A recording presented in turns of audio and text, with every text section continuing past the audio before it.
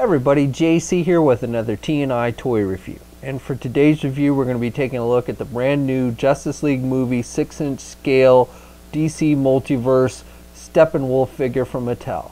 Now this is the Collect and Connect figure for the Justice League movie wave, and the figures that you need to get in order to complete this Collect and Connect figure are Aquaman, Cyborg, Superman, Batman, Wonder Woman, and the Flash. Okay, so once you've gotten all the pieces, putting it together is pretty easy. First thing you want to do is you want to take this waist piece and you want to make sure that you have this little skull on his belt facing forward. This is the front of the figure and this is the back. And it's easy if you're not paying attention, it's easy to kind of get it backwards because other than the skull there's really not much difference. But you want to make sure this is facing forward, and then you can just take this upper torso piece and snap it in. You've got the peg here and you just snap it in and it should snap in there pretty easily. And then you can take the legs and just want to make sure you've got the right side that fits into the right socket and the left side into the left socket. And again, it should snap in there pretty easily. You may have to turn it a little bit, but again, it does snap in easily and does fit nice and tight on the figure. And then take the arms and again, make sure you've got the right side for the right socket and the left side for the left socket. Now you do have to kind of aim this up underneath those shoulder pads, but so it can be a little bit tricky. Finally, the left arm here. And then finally, you want to take the head and just snap it onto the ball joint on the neck here. And that might move a little bit on you, but again, it should snap in there pretty easily and fit nice and tight. And then the final thing is his axe, which you can have him hold in his left or his right hand. The plastic on his hands are pretty hard, but you can kind of just slide it down. It's probably the easiest way. You might have to pull the fingers back a little bit to loosen it up, but once you do that, you should be able to get the axe to slide down.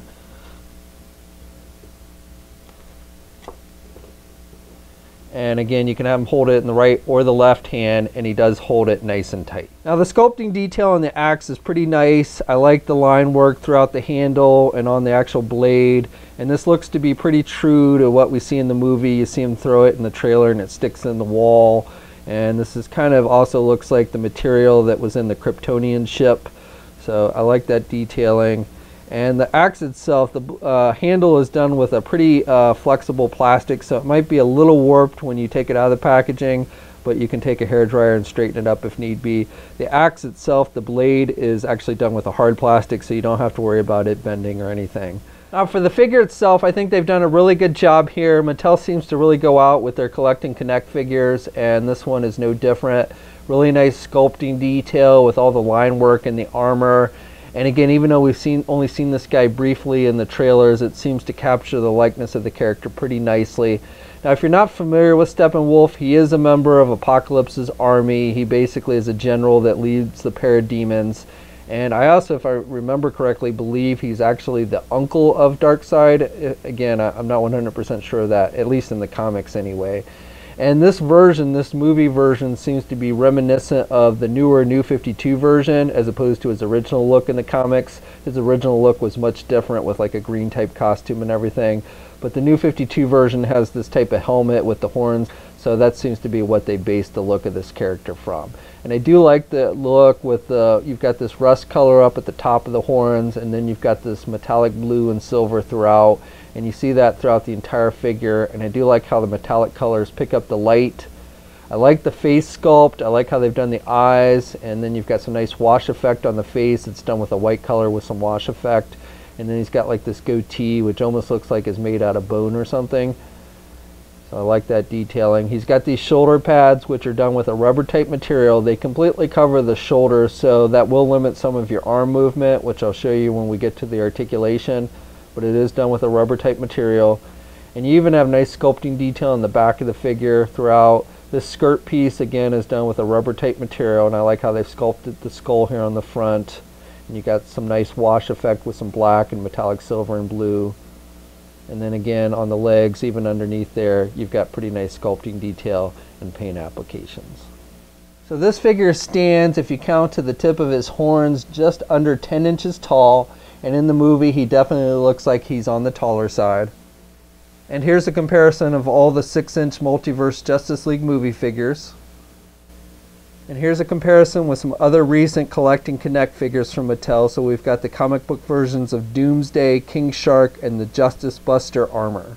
Mattel will be releasing a 6-inch Multiverse Parademon movie figure sometime this year as a store exclusive, but for now we just have this comic book version of the Parademon from DC Collectibles. This is actually a 7-inch scale figure.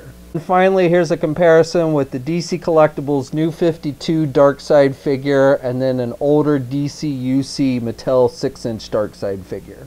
So for articulation, which is probably the weakest thing about this figure, which is pretty much true with all the Multiverse figures, you can turn the head to the left and to the right, and he's got a little bit of up and down movement with this one, and then you can pivot the head to the left and the right a bit as well. Arms are attached with their standard ball hinge joint there at the shoulder, but because of the shoulder pads, that's about as far out as you can get the arm, and then you can rotate the arm forward and back, but you can't really get it over his head. He does have a bicep swivel. He only has a single hinged elbow, so he can bend his elbow about that much, and then he's got rotation at the wrist, but no hinges on the hands. He does have an ab crunch type joint, so you do get some back and forth movement there, really back more than forward. The armor piece doesn't allow it to go forward any. The legs are attached with those side hinge type joints, and because of the skirt piece, he can really only do the splits about that much, and then you can get the leg forward about that much and kind of get it in between the skirt pieces there, and then you can do it back about that much. He has a thigh swivel where basically the leg connects to the waist piece. He has a single hinge knee, so he can only bend his knee about that much, and then with the feet you've got those hinges, so you've got some up and down movement, but no rotation and no ankle pivot, and 2 peg holes on the bottom of the feet. Okay, so that's my review. So overall, I think this is a really nice looking figure with some really nice sculpting detail. I think they've captured the likeness of the character from the movie. I like the size of the figure. I like the fact that they included the axe. The only real downside to this figure is the lack of articulation. It's only got the standard Multiverse kind of articulation, and then even that is limited a little bit with the shoulder pads and the skirt piece and everything. So really hard to get this figure in any kind of decent poses, but if you just want to put it on your shelf and stand it next to your Justice League movie figures, I definitely think it'll look nice. Now this figure, along with the rest of the wave, has started to hit shelves. We'll have a full image gallery up at toynewseye.com. There'll be a link in the video description below. As always, leave a comment, let us know what you think. If you're so inclined, please like the video. Also, if you haven't already, please subscribe to the channel. I'd really appreciate it. You can also follow me on my Facebook, Twitter, and Instagram accounts. I have links to those in the video description below. And until next time, I'll catch you later.